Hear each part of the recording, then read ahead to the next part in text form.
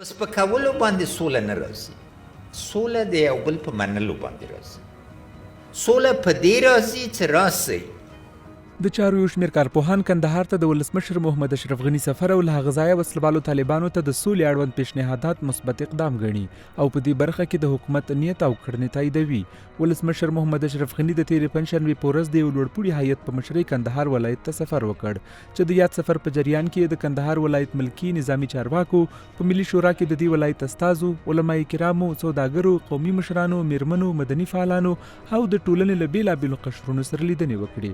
ولسمشر غني د یاد سفر پر مهال ویل سوله په وژلو او سپکولو نه بلکې د یو بل په منلو راځي. فتنه لوی جرم دی او څوک چې د اسلامي نظام په مقابل کې درېږي هغه په فتنه اخته دی.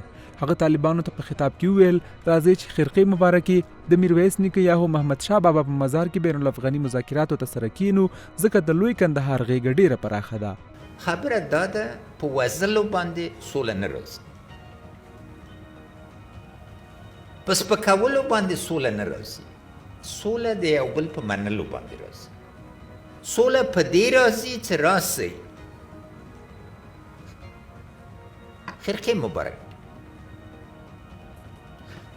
او اوس خو دوی وایي نه چې دوی موافقتنامه له امریکې نه بهتره ده له دې نه چې شریعت ته لاړ شو.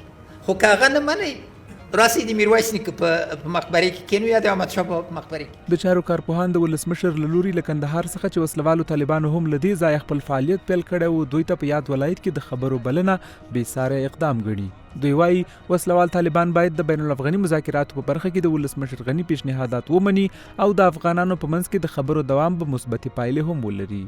په کندهار کې به طالبان لپاره هیڅ قسم ستونزه نه وي او دا د هغوی لپاره نورم یو ښه فرصت دی، یو ښه ځای دی او حتی تر دې پورې خارجي مداخلات چې یو په بل تهمتونه لګوي، افغان حکومت په طالبانو، طالبان په افغان حکومت تهمتونه لګوي، د دوی خارجي مداخله به هم بنده شي او د چا لاسرسی به ورته نه کېږي او د سولې دپاره به خلک یو ښه مرکز وټاکي. یو شمېر نور افغانان کندهار ولایت ته د ولسمشر غني سفر ګټور ګڼي او وایي له علماء کرامو او قومي مشرانو سره د سولې په برخه کې مشورې او ناستې هم د بین الافغاني مذاکراتو په برخه کې ګټورې تمامېدای شي. کندهار ته د ولسمشر سفر په دې حساس وخت کې یو مهم او ګټور سفر و.